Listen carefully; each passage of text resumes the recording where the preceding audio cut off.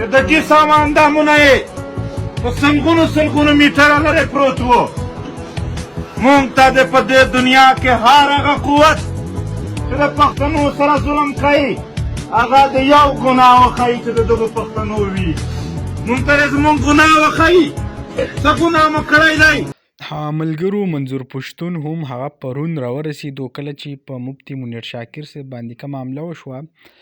د هغې نه پس منظور پښتون هم په داسې حالاتو کې راغی یعنې ډېر زیات په پټه باندې او داسې ښکاري یعنې زیاتره خلک وایي چې آیا دا ولې داسې پټ دی یعنې انتهایي کومه خطره چې دا هغه منظور پښتون ته هم دا ځکه پرون چې کوم د ګاډي نه راکوز شو او تقریبا څه 2 منټه ایسار شوی نه و بیا واپس چې دی هغه ګاډي ته وختو او زر تر زره چې کوم دی د هغه ځای نه لاړو.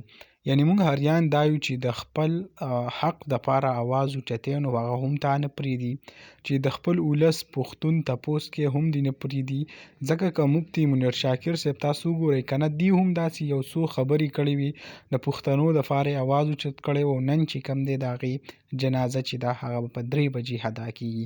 نو الله تعالی دې په موږ رحم وکړي او الله تعالی دې زموږ د پښتنو مدد وکړي ځکه زموږ پښتنو سره چې سره روان دي او دا تاسو وګورئ که نه نو دا په دنیا کې د یو ملک کې هم داسې خلک نشته چې د هغو سره روان دي. زموږ پښتون کم علما چې دي زموږ کم رهنما چې دي زموږ مشران چې دي هغه ټایم په ټایم باندې هغه وجلی کېږي او هېڅوک داسې نه راپاسي چې د دې تپوس وکړي او وایي چې آیا ولې زموږ پښتون هغه بې ګناه قتلیږي. نو دا کوم ویډیو چې کوم معلومات راغلي ما غوښته تاسو سره شریک کړم. انشاءالله بله ویډیو کې میلاوو. الله حافظ.